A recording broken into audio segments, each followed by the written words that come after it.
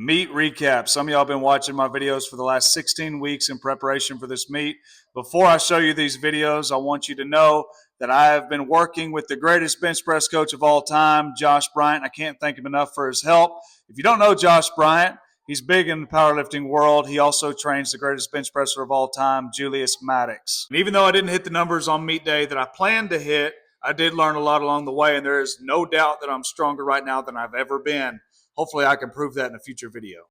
All right, first attempt was 424 pounds.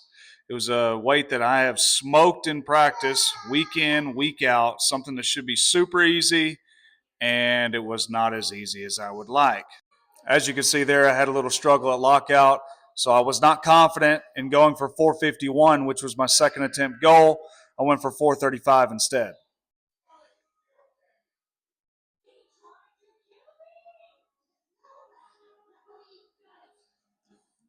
Well, if I didn't know it before, I know without a doubt my sticking point is near lockout. And since 435 didn't move like it was supposed to either, I decided to do a similar jump and go for 446 on my third attempt.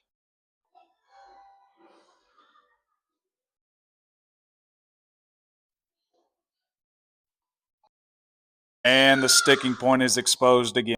So the meet didn't go as planned. In my head, I was going to go 424, 451, and then depending on how 451 looked, I was going to go for 463 or 468. Obviously, things don't always go as planned, but that doesn't mean you can't learn from it. Going forward, especially if I decide to do a bench-only meet, I think there's a few things that I can take from this experience. I think my training was great. My diet was awesome. My sleep was pretty good.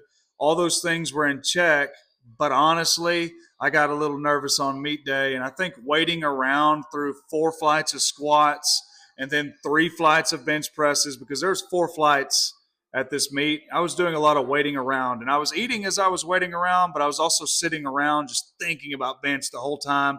Honestly, psyching myself out a little bit, I think.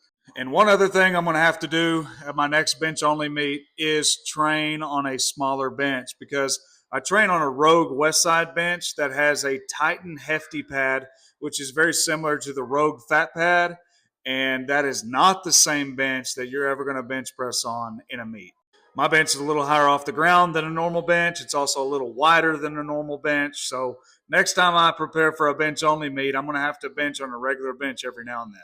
Because when you're used to benching on a wider bench that's a little higher off the ground, it also changes where you put your feet. So if you go back and watch those videos, you'll notice I'm wiggling my feet around trying to figure out where do I need to put my feet so that my butt doesn't come off the bench. So having to change my setup a little bit on top of trying to be perfect and push my butt down into the bench and setting my back on a skinnier bench, all those things and all those excuses I could come up for you right now.